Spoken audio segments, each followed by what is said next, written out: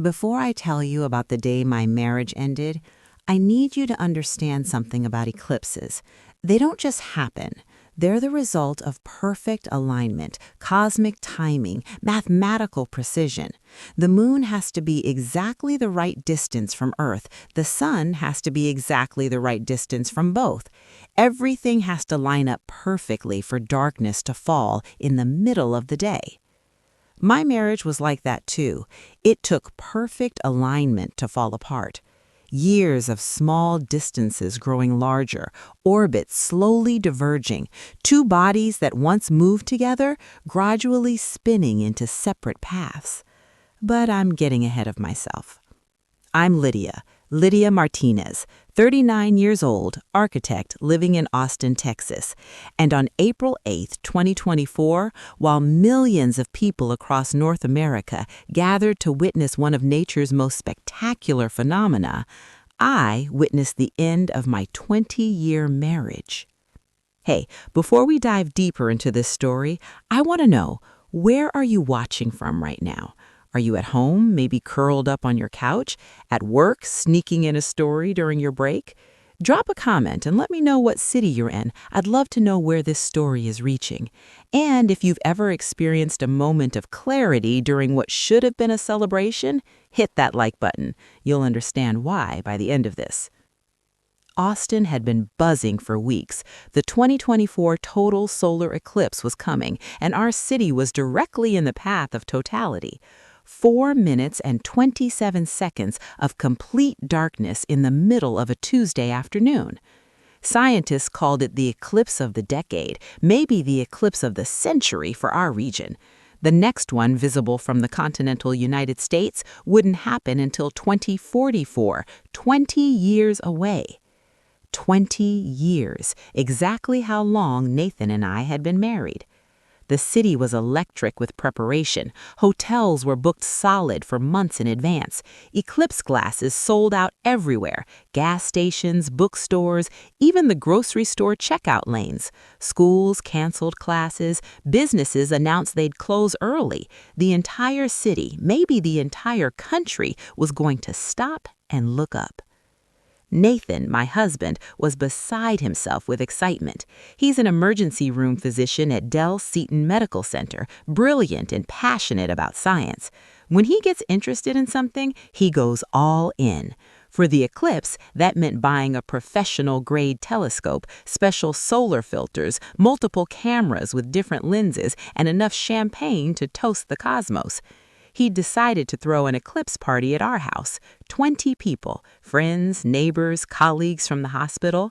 He sent out invitations 3 weeks in advance with the subject line, "Witness History at the Martinez Chen Residence."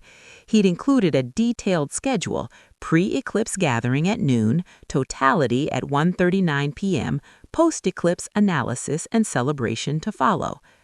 I remember staring at that email, seeing our combined last name, Martinez Chen, and feeling nothing. No warmth, no connection, just a hyphenated reminder that we were technically still joined. But I didn't say anything. That was my specialty by then, not saying anything. The morning of April 8th arrived clear and perfect, not a cloud in the sky. The weather apps showed it would stay that way all afternoon, perfect eclipse conditions. I woke up at 6 a.m. even though the party wouldn't start for hours. I had work to do. Our backyard needed to be set up, chairs arranged, food prepared, eclipse glasses distributed. Nathan had bought the telescope and the champagne. I bought everything else and did everything else. That was how our marriage worked. Nathan had the big ideas, the grand gestures, the public moments. I had the invisible labor, the behind-the-scenes work, the thankless tasks that made his life look effortless. By 8 a.m., I was in the kitchen preparing food. Sandwiches cut into crescent shapes to match the eclipse, a cheese board arranged to look like the solar system, cookies decorated with edible gold to represent the sun's corona, Pinterest-perfect food that nobody would really eat because they'd all be too busy staring at the sky. Nathan came downstairs around 9, phone already pressed to his ear, laughing at something one of his colleagues was saying. He poured coffee, kissed my cheek without looking at me, and walked out to the backyard, still on the call. Through the window, I watched him pacing our patio, gesturing enthusiastically, completely absorbed in his conversation. He walked right past the chairs I'd been setting up, didn't notice the decorations I'd hung, didn't register the hours of work that had already gone into making his party perfect. It was such a small moment, so ordinary, the kind of moment that happens in struggling marriages every single day. One person working while the other person lives, oblivious to the labor that makes their life possible. But something about it, combined with the weight of everything else, made me stop moving, stop pretending, stop performing the role of the wife who was fine being invisible. I set down the knife I'd been using to cut vegetables and just stood there in my kitchen, looking out at my husband in our backyard, and felt the ground shift beneath my feet.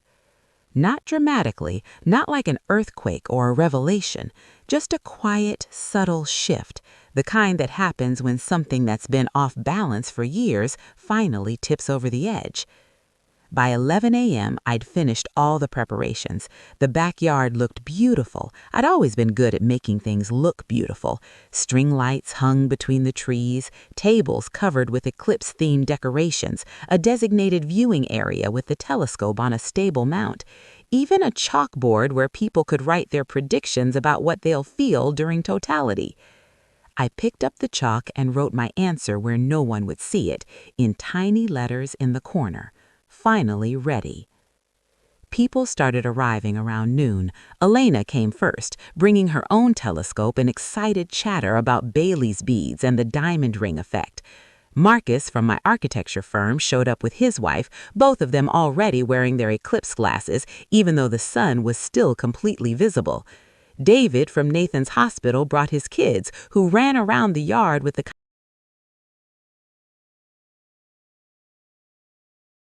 And then Laura arrived. Laura Chen, 36 years old, pediatric surgeon at Nathan's hospital. Smart, beautiful, accomplished, the kind of woman who makes other women feel frumpy even when she's wearing scrubs. She'd been to our house before for hospital events, holiday parties, barbecues. I'd always found her pleasant enough, friendly, professional, the kind of colleague any spouse would want their partner to have. But watching her walk into my backyard that day, watching Nathan's face light up when he saw her, watching how naturally they gravitated toward each other, I saw something I'd been refusing to see for months, maybe years. The way they stood just a little too close, the way they laughed at each other's jokes just a little too long, the way Nathan touched her arm when he was explaining something, the same way he used to touch mine before I became furniture in his life. I wasn't jealous. That's what surprised me. I didn't feel the hot spike of jealousy I might have expected. Instead, I felt something colder, clearer. Recognition. I recognized what I was seeing because I'd lived it. I knew what it looked like when Nathan was interested in someone, engaged with someone, excited by someone's presence. I knew because he used to look at me that way. 20 years ago, when we first met in college, when I was studying architecture and he was pre-med, and we'd stay up all night talking about how we were going to change the world, when he'd look at me like I was the most fascinating person he'd ever met.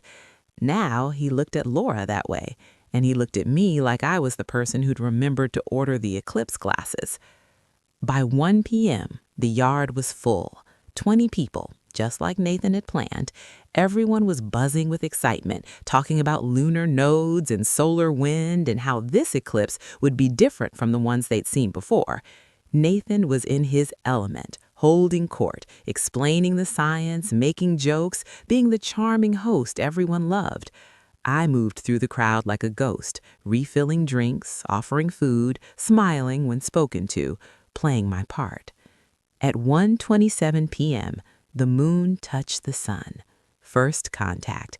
Everyone cheered and put on their eclipse glasses, watching as the moon began its slow journey across the face of the sun. The temperature started to drop.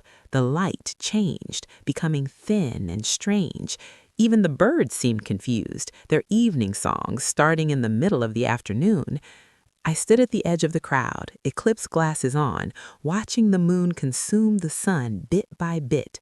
Around me, people were exclaiming about the crescent shadows, the way the light was filtering through the trees, the otherworldly quality of everything. And I thought, this is what my marriage has felt like for years, the slow disappearance of light, the gradual dimming I'd learned to accept as normal. At 1:36 p.m., the moon covered 3/4 of the sun. The backyard was filled with the strangest light I'd ever seen, not quite day, not quite dusk, but something in between, something wrong and beautiful at the same time. People had stopped talking. Even the kids had gone quiet. Everyone was looking up, watching the cosmic dance happening above us. You could feel the anticipation building, the collective breath being held. Nathan had his camera ready, tripod adjusted, settings configured for those precious minutes of totality. Laura stood next to him, asking questions about his equipment, her hand resting on his shoulder as she leaned in to look through the viewfinder. I watched them from across the yard and felt absolutely nothing. No anger, no pain, just a calm, clear certainty that I was done. Done pretending this was a marriage, done accepting crumbs of attention, done living as a supporting character in someone else's story. At 1:38 p.m., with 1 minute to go, the light became truly strange, thin and gray and dreamlike. The temperature had dropped at least 15 degrees. I could see my breath in the April air. Nathan called out, 30 seconds, get ready, everyone. People positioned themselves, glasses still on, faces turned skyward. Someone started counting down. 10, 9, 8. The crescendo of anticipation was palpable. This is what we all been waiting for, what the whole city, the whole country had been waiting for. 5, 4, 3, 2, 1. Totality. The moon slid perfectly into place, blocking the sun completely. Darkness fell like a curtain, not the darkness of night, something stranger, a twilight that came from the wrong direction, that felt both natural and utterly alien. Around me, people were exclaiming about the corona, the prominences, the sheer impossible beauty of it all. I heard someone say, "This is the most amazing thing I've ever seen." And I was thinking, I don't want to be here anymore. Not at the party, not in this marriage, not in this life I'd built that felt like it belonged to someone else. The 4 minutes passed both instantly and eternally. Time moved strangely during totality, stretched and compressed at the same time. I watched the black sun surrounded by its glowing crown and felt something settle inside me, a decision being made. Not with my conscious mind, but somewhere deeper, somewhere that had been waiting for this moment, for this permission to finally.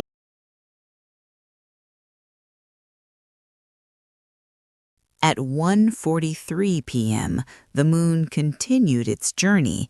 The first sliver of sun reappeared, the diamond ring effect, as brilliant as its name suggested. Light returning, the spell breaking. People erupted in applause and cheers, hugs all around, champagne corks popping. Nathan was already uploading photos to social media, his hands flying across his phone screen as he narrated the experience for people who hadn't been there. I put my eclipse glasses back on and watched the moon slowly release the sun, watched the light return bit by bit, watched the world go back to normal. But I wasn't going back to normal. I couldn't. Something fundamental had shifted during those 4 minutes of darkness, something that couldn't be unshifted. I walked into the house. In the kitchen, my kitchen, where I'd spent the morning preparing food nobody had eaten, I pulled out my phone with shaking hands. I scrolled through my contacts to my sister Rebecca's number. She'd be watching the eclipse in Dallas, 3 hours north. She'd be euphoric, overwhelmed, probably posting photos like everyone else. But I called her anyway, because if I didn't say the words out loud right now, I might lose my nerve, might convince myself that what I'd felt during totality was just the strange emotion of the moment, not a truth I needed to act on. She answered on the first ring, breathless with excitement. "Lydia! Oh my God, wasn't it incredible? Did you see?" "I'm leaving Nathan." Silence. Complete silence. I could hear her breathing, could almost hear her mind shifting gears, moving from eclipse wonder to sister crisis in an instant. Then, quietly, "Okay, what do you need?" Not why, not are you sure, not what happened, not even wait, what? Just what do you need? And that's when I started crying, standing in my beautiful kitchen with the eclipse-themed cookies no one had touched, staring out at the backyard full of people celebrating cosmic wonder while my private universe collapsed. I cried silently, tears streaming down my face, phone pressed to my ear as my sister waited on the other end of the line. "I need to know I'm not crazy," I finally managed to say. "I need to know that what I'm feeling right now is real and not just some weird eclipse emotion." "Tell me what you're feeling," Rebecca said, her voice steady and calm and exactly what I needed. "I feel like I've been living in darkness for years and pretending it was just my eyes adjusting. I feel like I've been wearing eclipse glasses on, telling myself the diminished light was normal, was enough, was what married life is supposed to look like. And then during totality, when everything actually went dark, I could finally see clearly. Does that make any sense?" "It makes perfect sense. You've been trying to tell me this for the past 2 years, Lydia. You've just been too scared to say it out loud." She was right. I had been. In 100 small comments, 1,000 little moments of frustration or sadness or resignation that I'd immediately walked back, laughed off, minimized. I'd been slowly building up to this realization, and the eclipse had just given me the permission I needed to finally see it. "What do I do?" I asked. "Everyone's still here. The party's still happening. I can't just—" "Yes, you can," Rebecca interrupted. "You can do whatever you need to do. But if you're asking my advice, don't do anything today. Feel your feelings. Sit with this clarity. Make sure it's still there tomorrow and the next day. And then, when you're sure, you tell him." "I'm sure," I said. "I'm sure right now." "I know you are, but give it a few days anyway. You've been married 20 years. You can take a week to be absolutely certain before you blow everything up." She was right. She was always right. That's what little sisters are for, being annoyingly right when you need them to be. "Okay," I said. "Okay, I can do that. I love you, and I'm proud of you for finally admitting this, for finally putting yourself first." We hung up, and I splashed cold water on my face, fixed my makeup, and walked back outside into the celebration. The eclipse was over. The sun was fully visible again, just with a small bite taken out of it. People were analyzing their photos, debating about whether the 2017 eclipse had been better, making plans to travel to Spain for the next one in 2026. Nathan was still holding court, showing everyone his photos, explaining his technical settings he'd used. Laura was still standing close to him, admiring his work. I smiled. I served dessert, the eclipse cookies that everyone now wanted because the emotional peak had passed and they remembered they were hungry. I accepted compliments on the beautiful party, on my thoughtful decorations, on my attention to detail. Inside, I was already gone. The party continued for 3 more hours. People didn't want to leave. There was something about having witnessed a total solar eclipse that made everyone want to stay together, to keep processing the experience, to not let the moment end. I moved through it all like I was watching myself from outside my body.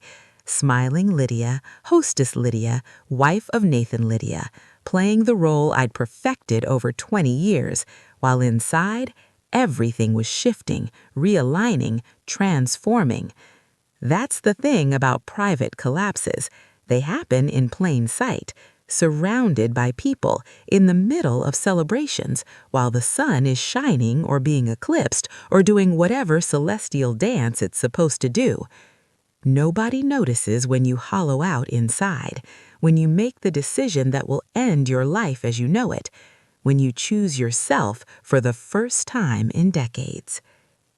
Around 4 p.m., people finally started leaving.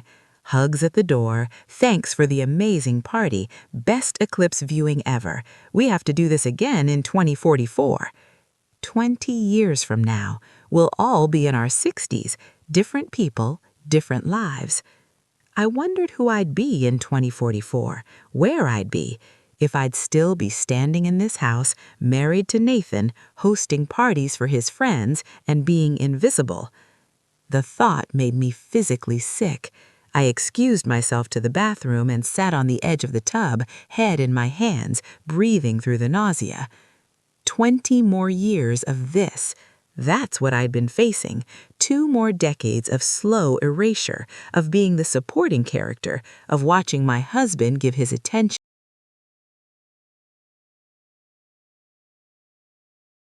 No, I couldn't do it. I wouldn't do it. I splashed water on my face and went back out to finish cleaning up. By 6 p.m., the last guest had left. Just Nathan and me and the debris of the party.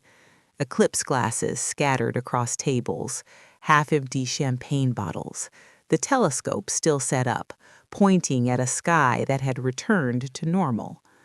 Nathan was euphoric. He'd gotten the perfect shots. The party had been a massive success. He'd already been invited to give a talk about the eclipse at the hospital's next educational conference. People were sharing his photos on social media. He came up behind me as I was loading the dishwasher and kissed my cheek. "Thanks for today, Lydia. It was perfect. You're amazing." I looked at him. Really looked at him. This man I'd loved for 20 years. This man I'd built a life with. This stranger who lived in my house and called me amazing but didn't actually see me. "Nathan, we need to talk." His face immediately shuddered. That's how I knew he knew. On some level, he knew what was coming. Maybe he'd been waiting for it. Maybe he'd been feeling the same slow drift I had, but had been content to just let it keep happening. "Now?" he said. "Can't it wait? I'm exhausted. It's been a long day." "No," I said quietly. "It can't wait." We sat in the backyard as the real sunset began, the one that happens every day, the one nobody throws parties for. The sky was beautiful, orange and pink and purple, completely ordinary and completely magical at the same time. I didn't know how to start. After 20 years of marriage, I didn't know how to tell my husband I was done. So I just started talking. I told him what I'd realized during the eclipse, not with accusations, not with anger, just truth, simple, clean truth. I told him I felt invisible, that I'd been managing our entire life while he lived like a guest star in a show I produced, that I couldn't remember the last time he'd asked about my work, my feelings, my dreams, my anything, that I'd become the person who made his life possible while he barely registered that I existed. He listened without interrupting. That was something, I supposed. He didn't try to defend himself or explain or minimize. He just listened. "And Alora," I said, finally saying what we'd both been avoiding. "What's happening with Laura?" He flinched. Actually physically flinched. "Nothing's happening with Laura." "Nathan, we're friends. We work together. We talk. That's it." "You're having an emotional affair," I said. The words felt strange in my mouth, clinical, like something from a marriage self-help book, but accurate. You're giving her the attention and emotional intimacy that should be part of our marriage, and you're giving it to her because it's easier than doing the work here." He was quiet for a long time. The sunset was fading, the beautiful colors giving way to the purple gray of dusk. "I'm not in love with her," he finally said, "if that's what you're worried about." "I'm not worried about it," I said. "I'm just stating what I see. You light up around her. You engage with her. You give her the version of yourself that I haven't seen in years. Maybe you're not in love with her, but you're investing emotional energy in her that you're not investing in us." "That's not fair," he said, and there was the defensiveness I'd been waiting for. "You make it sound like I'm checking out. I'm here, aren't I? I work 60 hours a week to support us. I come home every night. I don't cheat on you." Being physically present isn't the same as being emotionally present, and you know that. You're a doctor. You understand human connection and emotional needs. You're just choosing not to meet mine. "I don't know how," he said, and his voice cracked. "I don't know how to fix this. I don't know what you want from me." "I don't want you to fix this," I said, and as I said it, I knew it was true. I don't want to do the work of rebuilding something that maybe shouldn't have been built in the first place. He looked at me like I'd slapped him. "What does that mean?" "It means I think we got married too young. I think we grew into different people. I think we've been coasting on who we used to be instead of facing who we actually are. And I think we're both unhappy, but too scared to admit it." "I'm not unhappy," he said automatically. "Aren't you?" I asked. "Are you happy, Nathan? Really happy? Are you satisfied with what we have, or are you just comfortable and too busy to think about it?" He didn't answer, couldn't answer, because we both knew the truth. We sat in the growing darkness, two people who'd once been everything to each other, now unable to find words that meant anything at all. "I think we should separate," I finally said. "I think I should move out, give us some space, see what we actually feel when we're not just going through the motions." "You want a divorce," he said flatly. "I want space," I corrected. "I want time to figure out who I am when I'm not your wife. I want to see if there's anything here worth saving, or if we're just hanging on because we're supposed to." "You're giving up," he said, and there was the anger in his voice now. 20 years and you're just giving up?" "No," I said calmly. "I'm choosing myself. For the first time in decades, I'm choosing myself. That's not giving up. That's growing up." He stood up abruptly, his chair scraping against the patio. "I need to think," he said. "I need to process this. I can't do this right now." He walked into the house, leaving me alone in the backyard as full darkness fell. The stars were coming out, not as dramatic as they were during the eclipse, but steady and permanent, always there, just hidden by daylight. I sat there for a long time, watching the stars appear one by one, and felt something I hadn't felt in years: peace.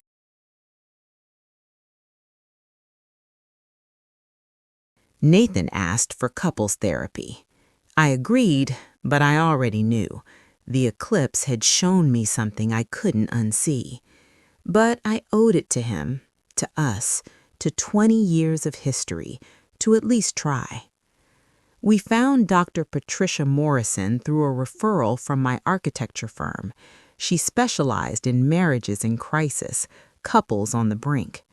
Her office was in a converted house in West Austin, all windows and plants and soft lighting designed to make you feel calm even when you were falling apart. Our first session was 3 days after the eclipse. We sat on opposite ends of a comfortable couch. When had we started sitting on opposite ends of everything? And Dr. Morrison sat across from us in a leather chair, notepad in her lap, warm but professional. "Tell me why you're here," she said. Nathan and I looked at each other. Who would speak first? Who would frame the narrative? I took a breath. I told my husband I want to separate. He thinks we should try therapy first. So here we are. Dr. Morrison nodded. Nathan, what's your perspective? I think we can fix this, he said. I think we're going through a rough patch, but we have 20 years of history. That has to count for something. We just need to reconnect, figure out how to communicate better. And Lydia, do you agree with that assessment? I considered lying, considered saying yes, we just need to communicate better, like the problem was simple and fixable, but I was so tired of lying. No, I said, I don't think communication is our problem. I think we've grown into different people who want different things. I think we've been coasting on nostalgia and convenience instead of actually building a partnership. And I think I've been disappearing for years while Nathan lived his life like I was just the set designer for his show. Nathan's jaw clenched. That's not fair. I've never asked you to disappear. I didn't have to ask, I said quietly. I just did it, slowly, over years, until I barely recognized myself anymore. Dr. Morrison let the silence sit for a moment. Then, Lydia, tell me about the eclipse. So I did. I told her about the party, about the strange light, about those 4 minutes of totality when everything became clear. I told her about watching Nathan with Laura, about recognizing what I'd been refusing to see for months, about the moment during totality when I decided I was done. And Nathan, how do you respond to what Lydia just shared? He ran his hair through his head, a gesture I knew meant he was frustrated, overwhelmed. I hear her saying she's not happy, and I want to fix that. I want to make her happy again, but I don't know how. And this thing with Laura, there's nothing happening there. We're colleagues, friends, that's it. Lydia, do you believe that? Dr. Morrison asked. I believe that he believes it. I believe nothing physical has happened, but I also believe that emotional affairs are real and damaging. And I believe Nathan has been giving Laura the emotional intimacy that should be part of our marriage. Define emotional intimacy, Dr. Morrison said. Attention, I said immediately, real attention, curiosity about her life, her thoughts, her work, the kind of engagement where you're actually listening, actually interested, actually present. Nathan does that with Laura. He doesn't do it with me. When I talk, I can see his eyes glaze over. He's waiting for me to finish so he can talk or check his phone or move on to something more interesting. Nathan, is that accurate? I watched him struggle with the answer, watched him want to deny it, but unable to find the words to do so convincingly. I don't mean to tune out, he finally said. I don't do it consciously. There's always so much going on. Work is intense. The ER is chaos. I come home exhausted. I don't have the energy to engage with your wife, Dr. Morrison finished gently. To engage with anyone, Nathan said. I'm running on empty most of the time. And yet you have energy for Laura. You have energy for your colleagues, your friends, your projects, just not for me. The session continued like that, Dr. Morrison skillfully drawing out our patterns, our resentments, our completely different versions of what our marriage had become. By the end of the hour, I was exhausted and no closer to wanting to stay. But I went back. For 3 more sessions, twice a week, I sat on that couch and tried to want to save my marriage. Dr. Morrison gave us homework, communication exercises, scheduled date nights, a daily practice of sharing one thing we appreciated about each other, all the standard interventions that work for couples who actually want to stay together. Nathan tried, I'll give him that. He really tried. He ended whatever was happening with Laura, told her they needed to maintain professional boundaries, couldn't be texting outside of work, needed to keep things strictly collegial. I didn't ask him to do that. He did it on his own after our second therapy session. Dr. Morrison had asked him how he'd feel if I had the same relationship with a male colleague that he had with Laura, and something had clicked. He started coming home earlier, not every night, but more often. He'd ask about my day, actually listen to the answer, remember details I'd mentioned. He brought me coffee in the morning. He planned a date night, dinner at the restaurant where we'd had our first date 20 years ago. It should have worked. He was doing everything right, checking all the boxes, following the therapist's guidance perfectly. But it felt like a performance, like he was following a script someone had given him, doing the right things without genuinely feeling the emotions behind the actions. Or maybe that was just me. Maybe I was so far gone that even genuine effort felt hollow. Maybe I was the problem, unable to accept his attempts to reconnect because I'd already made my mind. In our fourth and final session, Dr. Morrison asked me directly, "Lydia, do you want this marriage to work?" I sat with the question, really sat with it, tried to find the answer somewhere inside myself that wasn't just fear or anger or exhaustion. "No," I said finally. "I don't think I do." Nathan's face crumpled. He'd been holding on to hope, believing that therapy would fix us, that we'd have some breakthrough moment and everything would.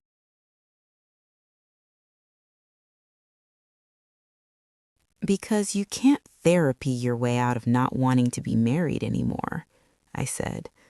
Because wanting to fix something requires both people to actually want the thing being fixed. And I don't think I want this anymore. Not this marriage, not this version of us.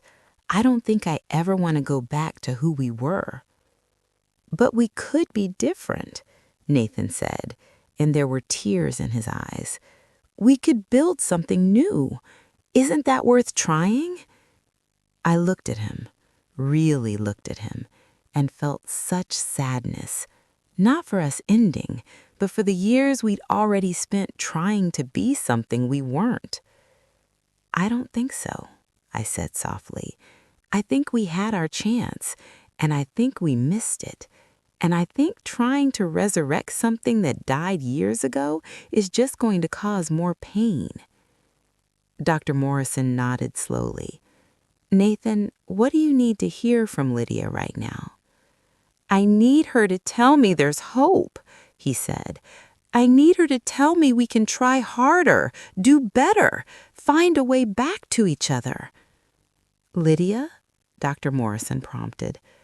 I took a breath. I can't tell you that. I'm sorry. I'm so sorry. But I can't lie to you just to make this easier. There's no hope for us as a couple, but there's hope for both of us as individuals.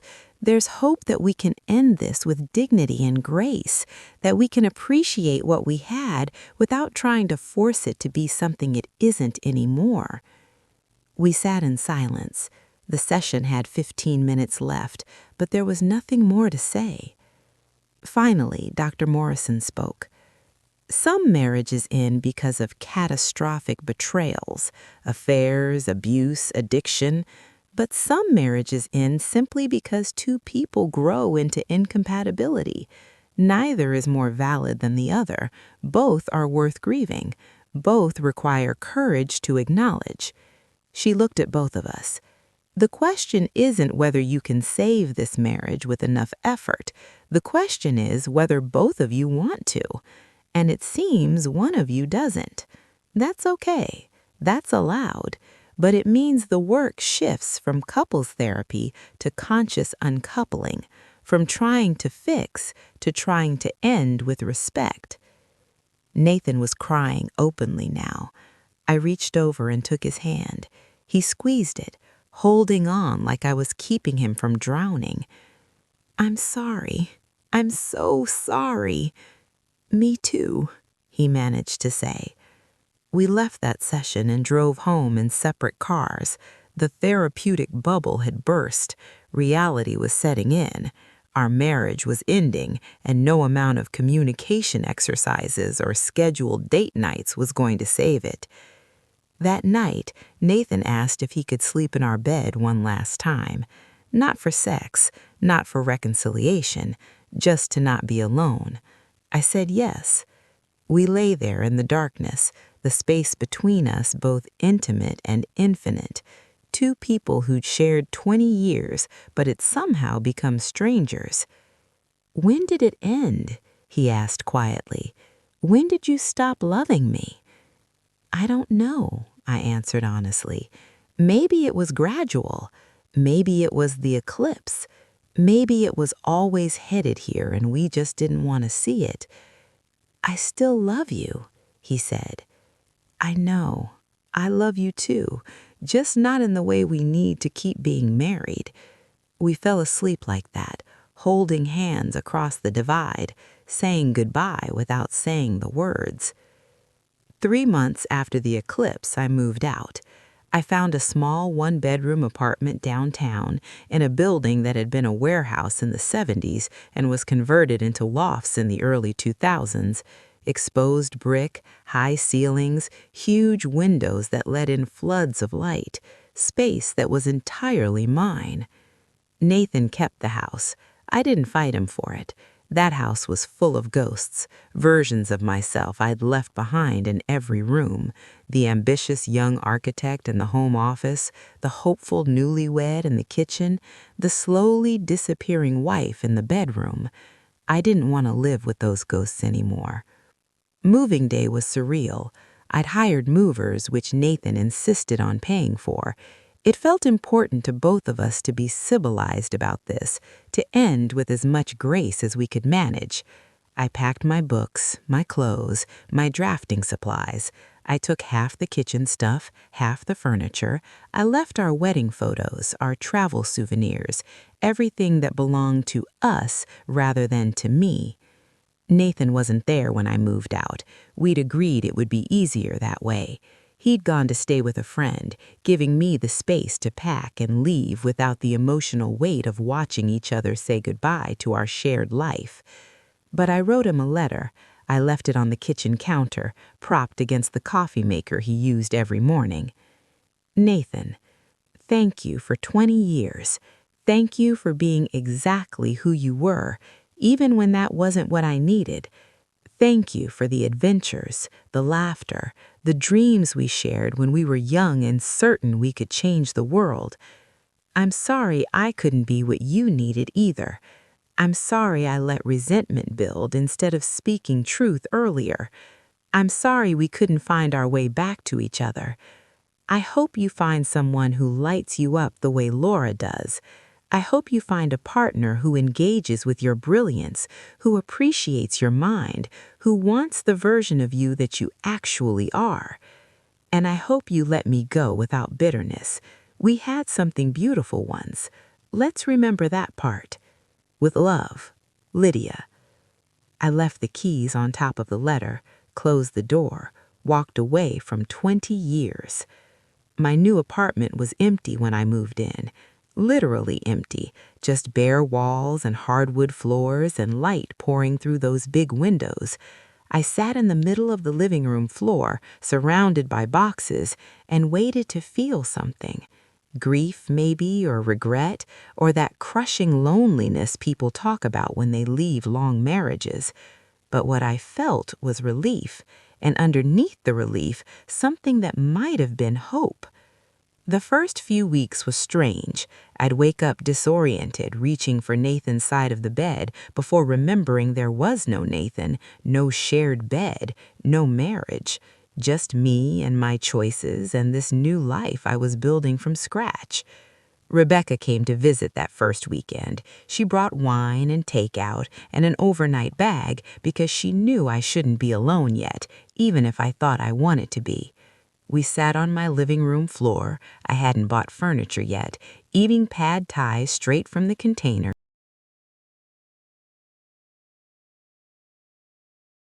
"How are you?" she asked. not the polite version of the question, the real one. I'm relieved, I admitted. Is that terrible? Should I be more sad?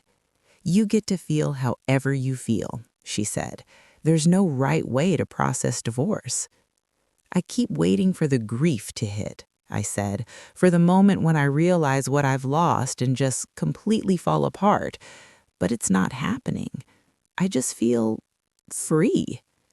Maybe the grief already happened, Rebecca suggested. Maybe you were grieving the marriage for years while you were still in it. Now you're just relieved the grief is over. She was probably right. I had been grieving. Every time Nathan chose his phone over conversation with me, every time he failed to notice I'd changed my hair or bought a new dress or stayed up all night working on a project, every small erasure had been a small grief, and I'd been carrying the accumulated weight of years of them. Now I'd set that weight down, and my shoulders felt lighter than they had in a decade. I spent the next few weeks making the apartment mine.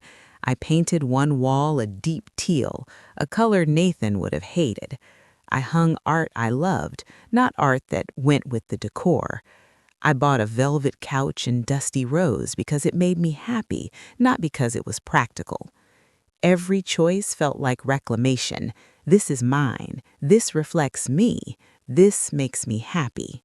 I started therapy again, but this time not couples therapy, just me, figuring out who I was when I wasn't performing the role of wife. Dr. Morrison had recommended someone, a therapist named Dr. James Liu, who specialized in identity transitions and life reinvention. "Tell me about yourself," he said in our first session. "Not about your marriage ending, about who you are." I opened my mouth to answer and realized I didn't know. I'd been Nathan's wife for so long that I'd forgotten who else I was. That became our work, excavating the self I'd buried, finding the parts of me that existed independent of being someone's partner. I loved architecture.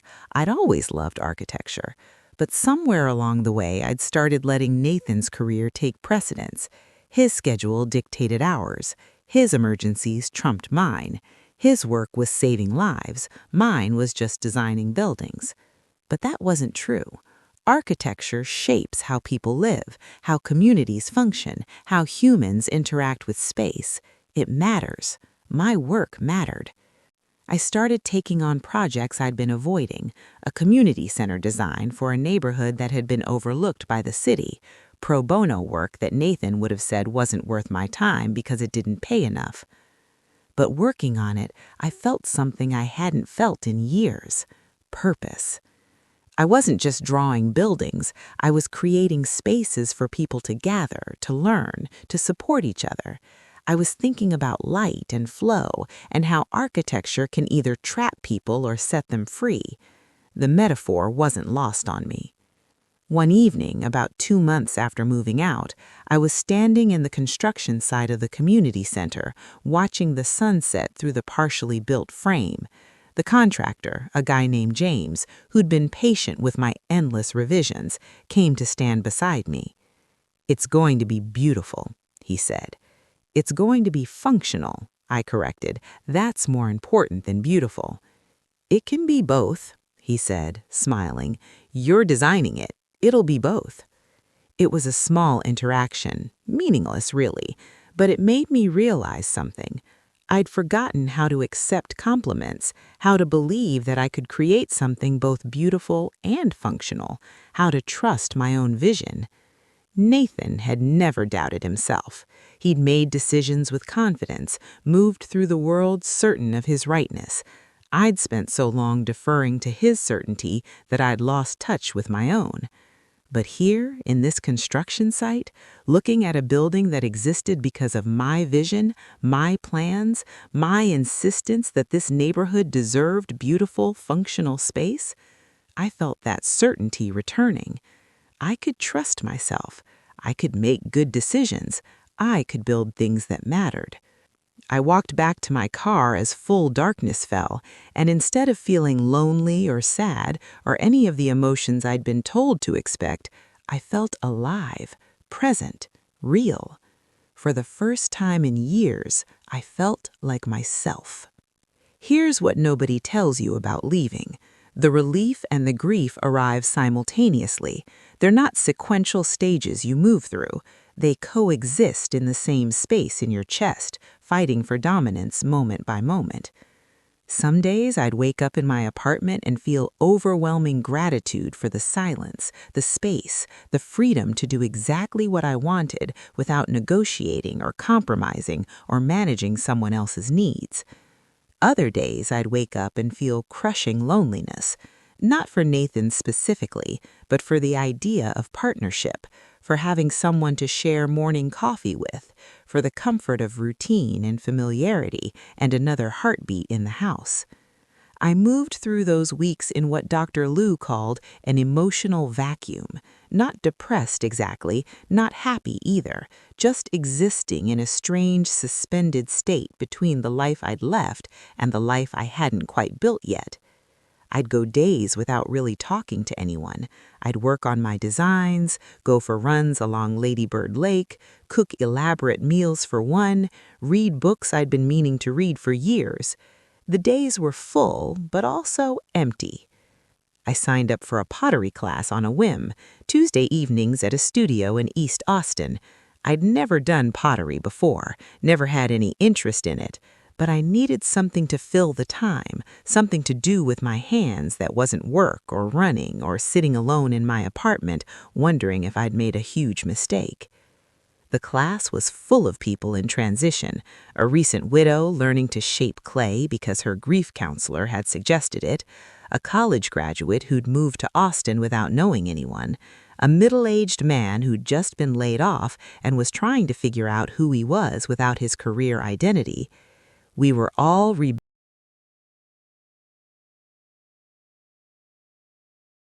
I was terrible at pottery.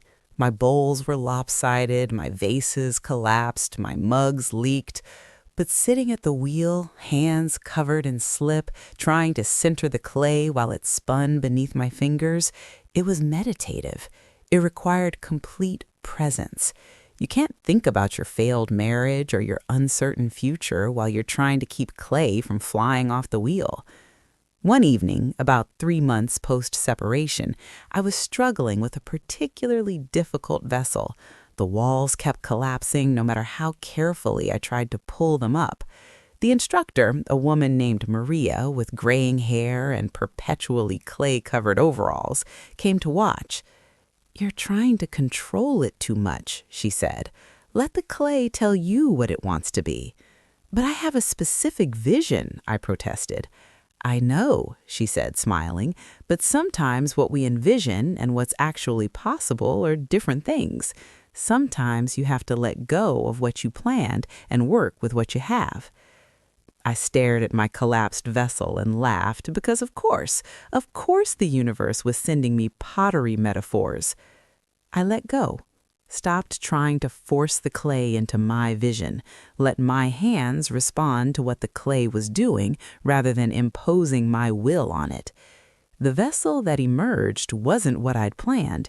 It was lower, wider, with an organic asymmetry I never would have chosen. But it was beautiful, and it didn't collapse. "See," Maria said, "sometimes what we create is better than what we planned." I took that misshapen vessel home and put it on my windowsill, a reminder that letting go of control could lead to something unexpectedly beautiful. Around that same time, I reconnected with old friends, people I'd let drift during the marriage because maintaining friendships required energy I'd been spending on managing Nathan's life and my invisible existence in it. Monica, my friend from college, was living in Austin now. She'd reached out when she heard about the separation, offered to meet for coffee. I'd put her off for weeks, not ready to explain, not ready to be seen in my broken state. But finally, I agreed. We met at a coffee shop in South Congress, and the moment I saw her, I started crying, just burst into tears in the middle of the crowded cafe. She didn't say anything, just pulled me into a hug and held me while I sobbed into her shoulder, months of held emotion finally breaking free. When I could finally speak, I expected to have to explain everything: the eclipse, the marriage, the slow erosion, the decision to leave. But she just said, "I know. I've been watching it happen for years. I'm just glad you finally chose yourself." "You knew?" I managed. "Everyone knew, Lydia. Everyone except you." We talked for 3 hours. She told me about her own divorce 5 years earlier, about the terror and relief, about how she'd rebuilt herself piece by piece. She told me it would get easier, but also that it would get harder before it got easier, that the emotional vacuum was normal, that the grief would come in waves, that some days I'd feel strong, and some days I'd feel shattered, and all of it was okay. "The first year after leaving is just survival," she said. "You're not trying to thrive yet. You're just trying to figure out how to be a person again. Give yourself permission to just exist for a while." So I did. I gave myself permission to exist without purpose, without productivity, without needing to have it all figured out. I took long walks without destination. I sat in coffee shops and watched people. I went to movies alone in the middle of weekday afternoons. I did absolutely nothing and didn't feel guilty about it. I also started running, not jogging, running, miles and miles along the hike and bike trail, pushing my body until my mind had to shut up and just focus on breathing, on moving, on not stopping. I lost weight, not from trying, just from stress and activity and finally having the space to take care of myself.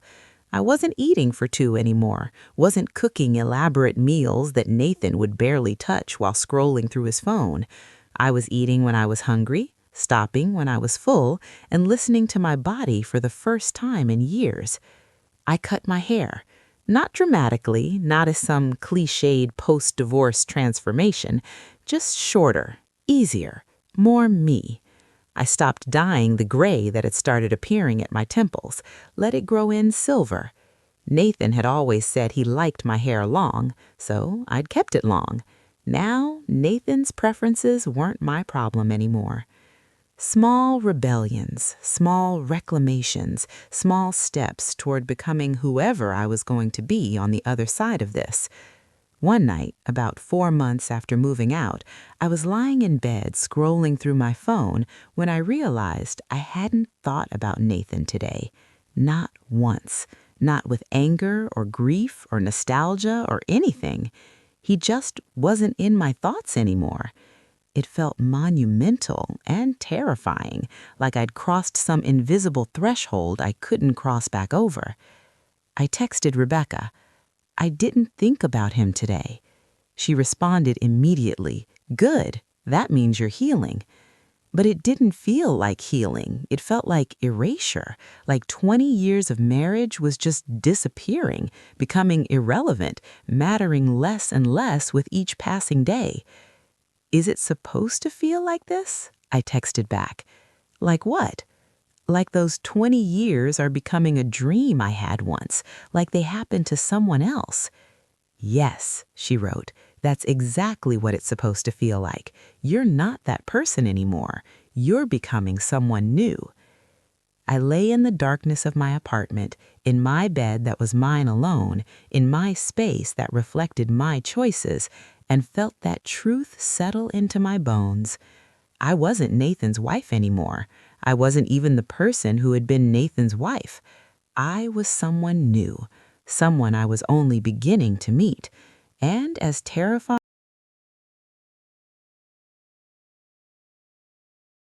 5 months after the separation, I ran into Nathan at Whole Foods.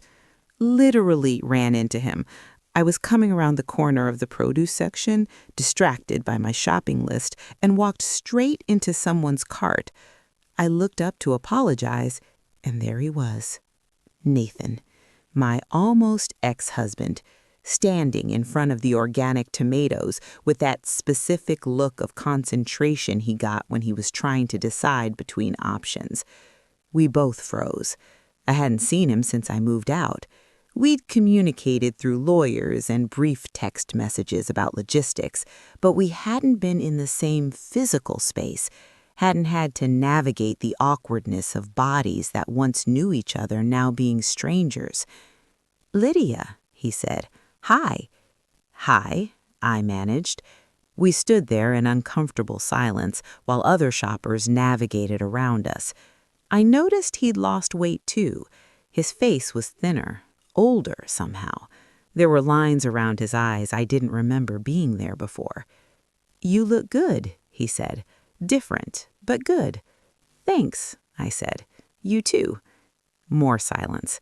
What do you say to someone you spent 20 years with and now can't find words for? "How are you?" we both asked at the same time, then laughed awkwardly.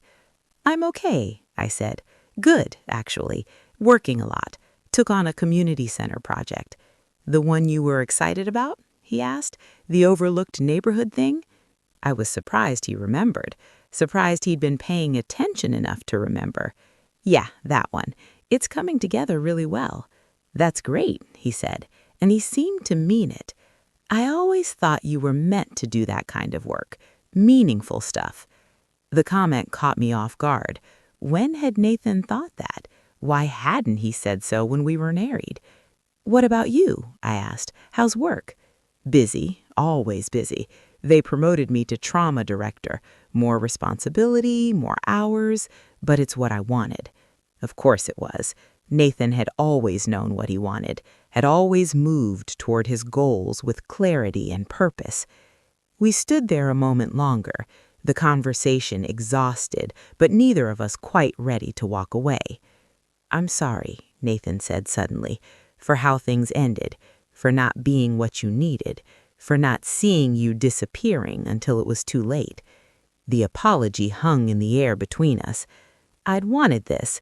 Months ago, I'd wanted him to acknowledge what he'd done, how he'd failed us. But now that he was saying it, it felt hollow. Not because I didn't believe him, but because it didn't matter anymore. Apologies can't resurrect what's already dead. "I'm sorry too," I said, "for not speaking up sooner, for letting resentment build instead of having hard conversations, for staying longer than I should have." "Do you regret it?" he asked quietly. "Any of it?" I thought about it, really thought about it. "No," I said honestly. "I don't regret the 20 years. I don't even regret how it ended. It needed to end. We both know that now." He nodded slowly. "Laura and I are seeing each other, officially. I wanted you to know before you heard it from someone else." I waited for jealousy, for anger, for some emotional reaction.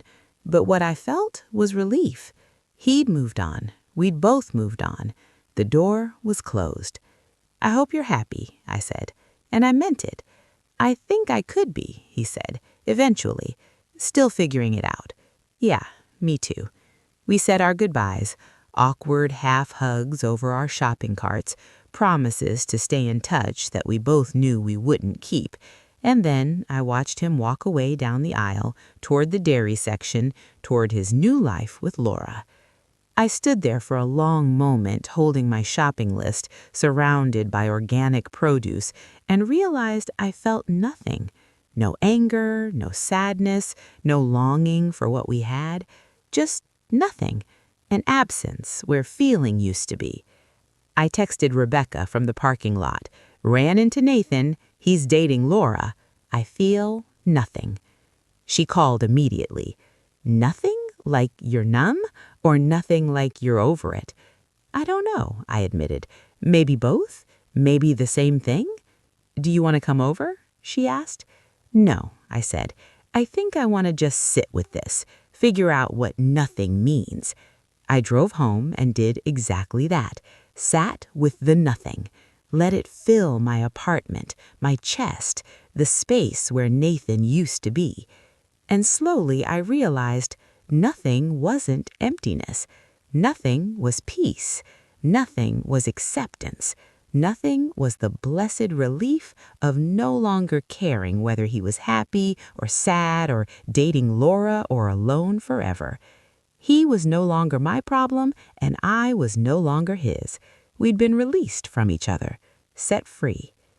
That evening I went for a run, 6 miles along Lady Bird Lake as the sun set, pushing my body hard, letting the physical exertion burn away any remaining emotional residue. At mile 4, I passed a woman running the opposite direction. She was older, maybe mid-50s, and she was wearing a t-shirt that said, "I'm not where I want to be, but thank God I'm not where I used to be." I laughed out loud. The universe and its messages. By mile 6, I was exhausted and euphoric and clear-headed. I stopped at the pedestrian bridge, leaning against the railing, watching the bats emerge from under the Congress Avenue Bridge like they did every evening.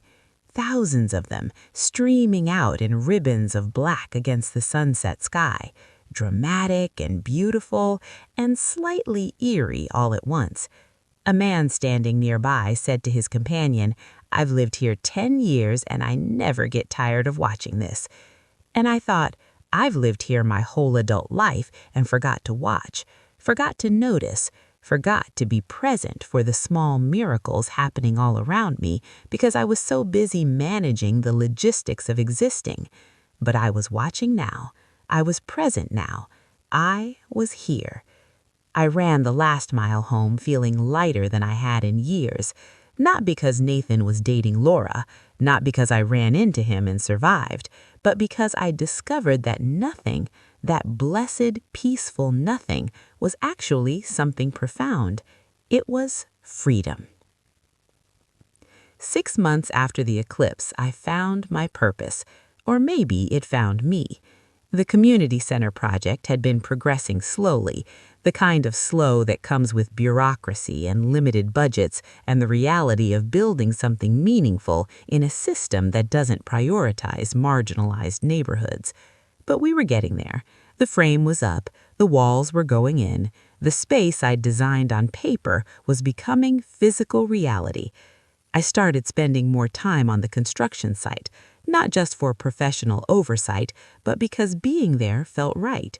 Watching the building take shape, watching workers transform my vision into concrete and steel and glass, it felt like witnessing a birth. James, the contractor, started saving his questions for when I was on site instead of calling. He said my explanations made more sense in person, but I suspect he just liked having me around. He was 15 years older than me, divorced for a decade, father of.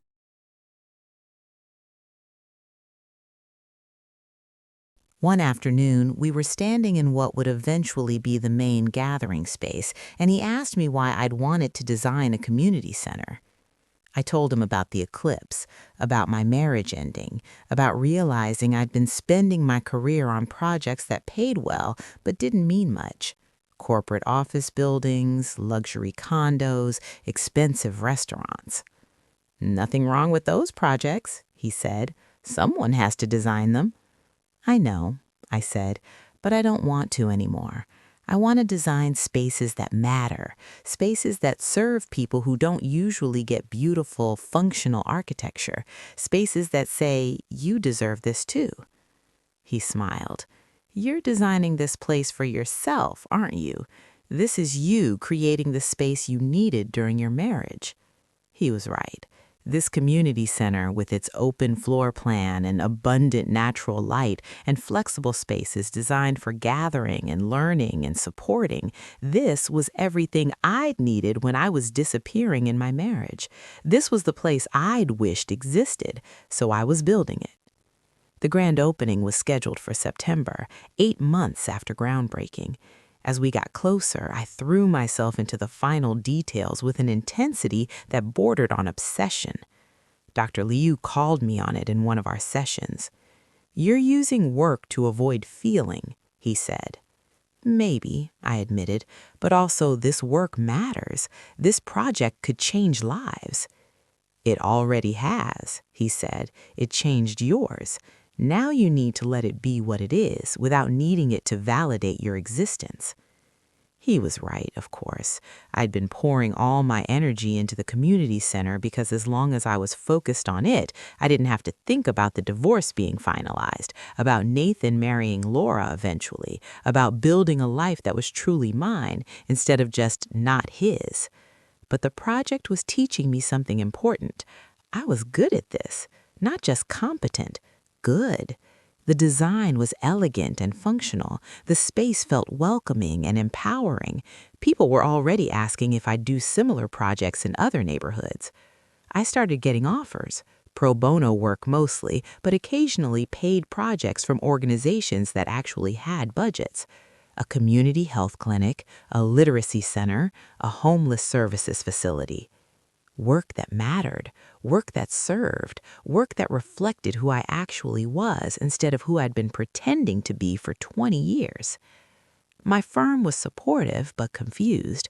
My boss, a man who'd known me for a decade, asked why I was turning down lucrative corporate projects to do work that barely covered my salary.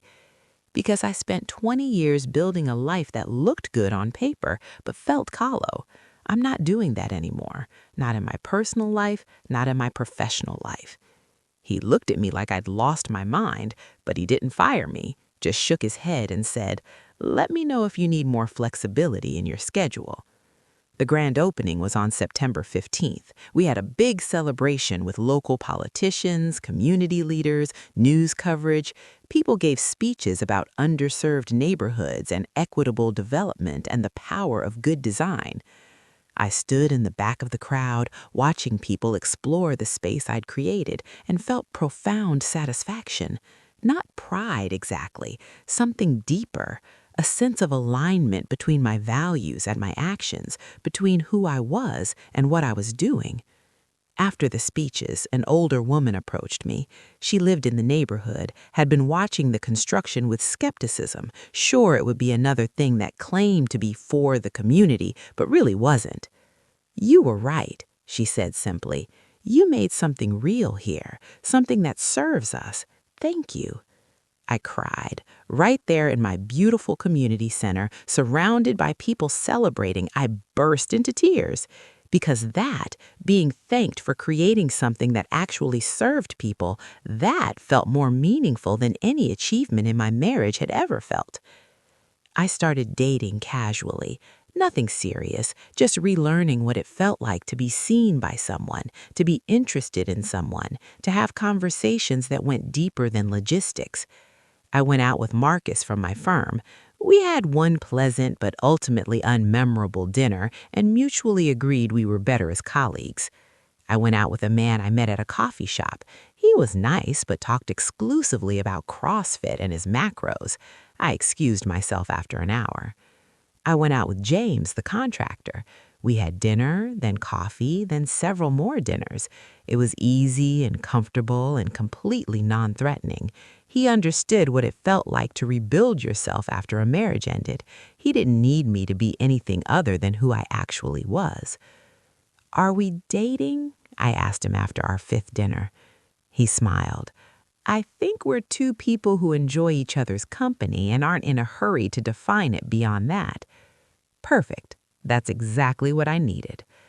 I joined a running group, met people who had no connection to my past, who knew me only as Lydia the architect who was training for a half marathon, not Lydia the woman who left her husband after 20 years.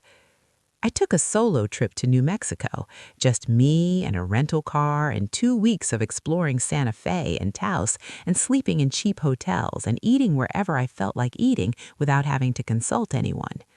It was the first solo trip I'd taken since college, the first time in 20 years I'd made decisions solely based on what I wanted to do without considering anyone else. I stood at the edge of the Rio Grande Gorge, looking down at the river hundreds of feet below, and thought about the eclipse, about those 4 minutes of darkness that had changed everything. A year ago, I'd been standing in my backyard watching the sun disappear, realizing my marriage had been disappearing too. Now I was standing at the edge of a gorge in New Mexico, watching the sun set over high desert landscape, completely alone and completely okay with it. More than okay. Happy. I was happy. Not the euphoric happiness of new love or sudden fortune, but a quiet, solid happiness that came from knowing myself, from making choices that aligned with who I actually was, from building a life that felt authentically mine. I thought about Nathan, wondered if he was happy with Laura, hoped he was, genuinely hoped he was, because his happiness or unhappiness no longer had anything to do with mine. We were separate people living separate lives, and that was exactly as it should be. I drove back to Austin with the windows down, singing badly to songs I loved, and felt grateful. Grateful for the eclipse that had given me clarity, grateful for the courage to leave.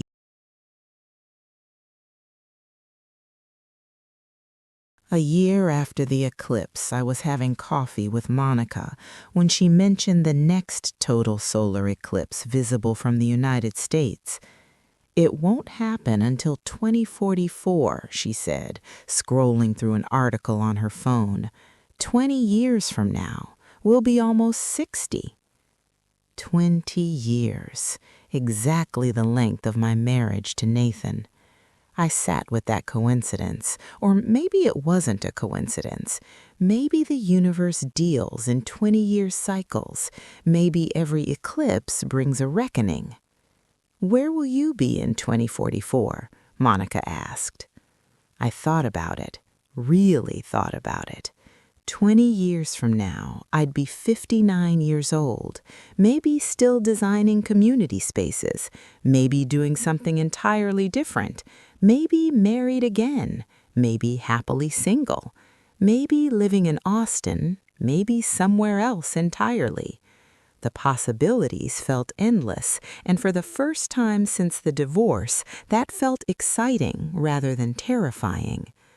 I don't know, I said, but I hope I'll be someone who still takes risks, who still chooses authenticity over comfort, who still remembers what it felt like to watch the sun disappear and find clarity in darkness. That's beautiful, Monica said. It's true, I corrected. That evening, I got an unexpected text from Nathan's sister, Melissa. We'd been close during the marriage, but I'd assumed that connection would end when Nathan and I separated. I hadn't heard from her in months. "Can we meet for coffee?" her text said. "There's something I want to tell you in person." My stomach dropped. Was Nathan sick? Dead? Getting married? What news required an in-person conversation? We met 2 days later at a cafe in Clarksville. Melissa looked older, more tired than I remembered. She hugged me when she arrived, holding on longer than casual politeness required. "Thank you for meeting me," she said as we sat down with our coffees. "Of course," I said. "What's going on? Is Nathan okay?" "Nathan's fine," she said quickly. "This isn't about Nathan. It's about you." I waited. "I need to apologize," she said, "for not speaking up during your marriage, for watching you disappear and not saying anything, for prioritizing my relationship with my brother over telling you the truth you needed to hear." I hadn't expected this. "Melissa, you don't need to—" "I do," she interrupted. "I watched him take you for granted for years. I watched you shrink yourself to fit into his life. I watched Laura happen, not the affair, but the emotional connection that preceded it. And I said nothing because he's my brother and I didn't want to cause family drama." She was crying now, and I realized I was crying too. "But you deserved better," she continued. "You deserved to have someone tell you what everyone could see, that you were disappearing, that the marriage was one-sided, that Nathan was too absorbed in his own life to notice he was losing you." "I knew," I said softly. "On some level I knew. I just wasn't ready to admit it." "Still," she said, "I should have been braver. I should have loved you enough to risk my brother's anger. I'm sorry I didn't." We sat in silence for a moment, both processing. "How is he, really?" I finally asked. Melissa sighed. "Honestly, I think he's struggling. The thing with Laura didn't work out. She ended it after 6 months, said he wasn't emotionally available, that he was still processing losing you. He's working too much, not taking care of himself. I think he's realizing what he had and what he lost. A year ago, hearing this would have given me satisfaction, vindication, proof that I'd been right to leave.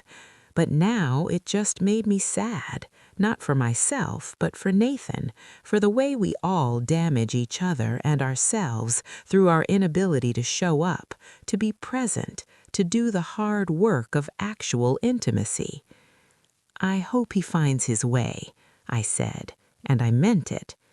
He asked about you, Melissa said, asked if I ever see you, if I know how you're doing. He thinks he wants to reach out but doesn't know if he should. He shouldn't, I said gently but firmly. Not now, maybe not ever. We both need space to become whoever we're becoming without each other. Melissa nodded.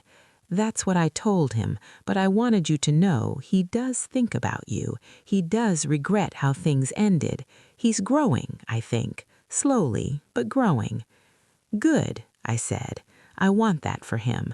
I want him to be healthy and whole. I just don't want to be part of his journey anymore. We talked for another hour, catching up on our lives, promising to stay in touch in a way that felt genuine rather than obligatory. When we hugged goodbye, it felt like completion, like a door closing softly instead of slamming. That night, I did something I'd been avoiding for a year. I went through old photos, not to wallow or torture myself, but to remember, to honor what had been without pretending it was something it wasn't. There were photos from our wedding, Nathan and I looking impossibly young, impossibly certain that love was enough. Photos from trips we'd taken, hiking in Colorado, exploring Europe, lazy beach vacations. Photos from birthdays and holidays and ordinary Tuesday nights. We looked happy in the photos, and maybe we had been in those moments. Maybe happiness isn't a constant state, but a collection.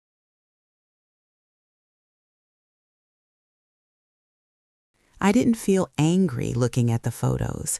I felt grateful. Grateful for the good times, grateful for the growth that came from the bad times, grateful for all of it. I saved a few favorites to a folder on my computer labeled Chapter 1 and deleted the rest, not to erase the past, but to make room for the future. Dr. Liu had asked me in our last session when I'd know I was fully healed from the divorce. When you can remember without pain, he'd said, when you can look at what was without longing or anger, when you can honor it without needing it to be anything other than what it was. Looking at those photos, I realized I'd reached that place. I could see Nathan and young me and smile at who we'd been without wishing we were still those people. I could acknowledge that what we'd had mattered without believing it should have lasted forever. The next morning, I woke up to sunlight streaming through my apartment windows. It was October, and the light had that particular quality it gets in autumn, golden and slanted and rich. I made coffee and sat on my rose velvet couch, the one Nathan would have hated, and thought about the year that had passed since the eclipse. I'd left a marriage, built a community center, started dating, traveled alone, created work that mattered, found friends who saw me, became someone I actually liked being. I'd become my own son. Not in a cheesy self-help book way, but in a real way. I'd stopped waiting for someone else's light to define my worth, my value, my sense of self. I'd stopped orbiting around someone else's life and started living my own. The eclipse had taught me that darkness isn't always destructive. Sometimes it's revelatory. Sometimes you need the light to be blocked to see what's really there. My marriage had needed to end, and it had needed to end exactly how it did, during 4 minutes of cosmic darkness that gave me a lifetime of clarity. I picked up my phone and texted Rebecca, "I'm happy." She responded immediately, "I know, I can hear it in your voice. I'm so proud of you." I sat there on my couch, coffee in hand, sunlight on my face, and felt the truth of it settle into my bones. I was happy, and I'd gotten here by choosing myself, by walking away from what looked good to build what felt true, by learning that being alone was better than being invisible. The phone rang. It was James asking if I wanted to get breakfast. I said yes. Not because I needed him, but because I wanted to, because my happiness didn't depend on him, but was enhanced by him, because I'd learned the difference between needing and wanting, between depending and sharing. I got dressed, walked out into the October morning, and felt grateful for eclipses, for darkness that reveals, for endings that make space for new beginnings, for the courage to choose light even when it meant leaving everything behind. 18 months after the eclipse, I stood in a conference room giving a presentation to city council members about my next community project, a youth center in East Austin. I'd learned to speak confidently about my work, to advocate for the communities I served, to take up space without apologizing. In the middle of my presentation, I caught sight of myself reflected in the window. A woman in her late 30s, silver-streaked hair, good posture, animated hands gesturing as she talked about empowerment through architecture. I barely recognized her, but I liked her. The project got approved. 3 council members voted against it, but 5 voted for. The yes votes were enough. Walking out of that building into the bright November afternoon, I called Rebecca. "They approved it," I said. "Of course they did. You're brilliant," she said. "I feel brilliant," I admitted. "Is that allowed? Am I allowed to feel proud of myself?" "You're required to feel proud of yourself. You've spent the past year and a half rebuilding yourself from scratch. You're allowed to celebrate that." That evening, I went to my pottery class. I'd continued going even after the initial 8-week session ended. Maria, the instructor, had become a friend. The widow had become a friend. The laid-off man had become a friend. We were all still rebuilding, still learning to shape our lives with intention instead of just letting them happen to us. I was working on a large bowl, the largest thing I'd attempted. It required patience and multiple sessions, building the walls slowly, letting them dry, adding more. You can't rush big pieces. They'll collapse if you try to do too much too fast. "How's the marriage bowl coming along?" Maria asked, smiling at the name I'd given it.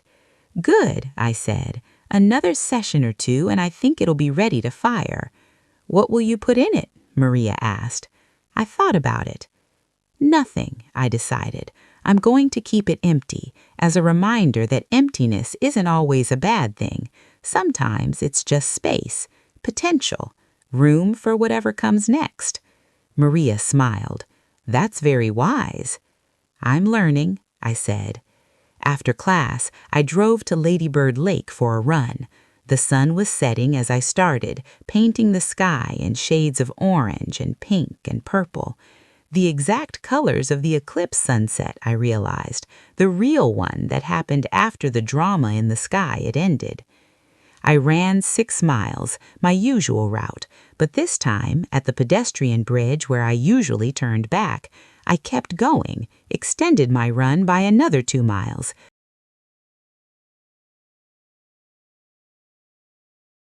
It led to a part of the trail I'd never explored before. Quieter, less crowded, the water reflecting the last light of the day. I stopped running and just stood there, breathing hard, watching the water, feeling alive in my body in a way I hadn't felt in years. My phone buzzed. A text from James. "Dinner tomorrow?" I smiled and texted back, "Yes." Not because I needed to have plans, not because I was afraid of being alone, but because I wanted to. Because I'd learned the difference, and that difference changed everything. I started running again, heading back toward my starting point. The sky was full dark now, stars beginning to appear. Not as dramatic as during the eclipse, but beautiful in their constancy. Always there, just waiting for the right conditions to be seen. When I got home, I took a long shower, made dinner, poured a glass of wine. Just me in my apartment, but it didn't feel lonely. It felt peaceful. It felt right. I sat on my velvet couch with my laptop, reviewing designs for the youth center, making notes, refining details, doing work that mattered to me in a space that was mine as a person I'd consciously chosen to become. My phone buzzed again, this time an email from Nathan. My stomach clenched, but I opened it. It was short. Lydia, I heard about the city council approval. Congratulations. I always knew you were meant to do work like this. I'm sorry it took losing you for me to see clearly what you were capable of, what you always were, but I was too self-absorbed to notice. I'm not asking for anything, not forgiveness, not friendship, not even a response. I just wanted you to know that I see now what I should have seen then, that you're remarkable, that losing you was the biggest mistake of my life, that I hope you're happy because you deserve to be. Nathan. I read it twice. Then I closed my laptop and sat with what I felt, which was nothing dramatic, no anger, no vindication, no longing, just a quiet acknowledgement that he'd grown too, that we'd both had to break apart to become who we were meant to be. I didn't respond to the email. Maybe I would eventually, but not now. Now I just wanted to sit with the realization that his acknowledgement didn't change anything. It didn't make me want him back or make me regret leaving or make me feel anything except a distant kind of compassion for both of us. We'd been kids when we got married. We'd grown up together and then grown apart. That was the story. Simple and sad and also completely okay. I thought about the eclipse, about those 4 minutes when the world went dark and I saw clearly for the first time in years, about the decision I'd made during totality that had led me here, to this apartment, this work, this life, this version of myself that I actually liked. Sometimes the worst thing that happens to you becomes the doorway to your best life, not because the bad thing was good, but because you were strong enough to walk through that doorway and build something new on the other side. The eclipse was my doorway. Nathan leaving during it, no, me leaving during it, had been my passage through. And on the other side? On the other side was me. Real me. Authentic me. Me without apology or performance or invisible labor. Me as my own son. I kept a photo from the eclipse party on my bookshelf, not prominently displayed, just there, a reminder of where I'd been and how far I'd traveled. In the photo, you can see Nathan in the center of the crowd, arm raised, pointing at the sky. If you look closely at the edge of the frame, you can see me, standing apart, eclipse glasses on, looking up. But in my memory, I'm not looking up. I'm looking inward. I'm seeing truth. I'm choosing myself. And that choice, made during 4 minutes of cosmic darkness, gave me a lifetime of light. So that's my story. The eclipse happened and my marriage ended, and I rebuilt myself from scratch. Not because I was broken, but because I needed to become someone new. If you're watching this and you're in a relationship where you feel invisible, where you've been disappearing slowly for years, I want you to know you're allowed to choose yourself. You're allowed to walk away from what looks good on paper if it feels hollow in your heart. You're allowed to rebuild. It won't be easy. There'll be days when you doubt your decision, when you feel lonely, when you wonder if you made a huge mistake. But on the other side of that doubt is a version of yourself that's authentic and whole and yours. You don't need to wait for an eclipse. You don't need cosmic permission. You just need to be honest with yourself about what you're living and whether it's what you actually want. Sometimes darkness reveals what light has been hiding. Sometimes you have to let things end to make room for new beginnings. Sometimes the bravest thing you can do is choose yourself. If this story resonated with you, please hit that like button and subscribe to this channel. Share it with someone who might need to hear it, and drop a comment telling me your story. Where are you in your journey? Are you still in the eclipse, or have you found your way to the other side? Remember, you can be your own sun. You don't need anyone else's light to define your worth. You are enough, all by yourself. Thank you for watching. Thank you for being here.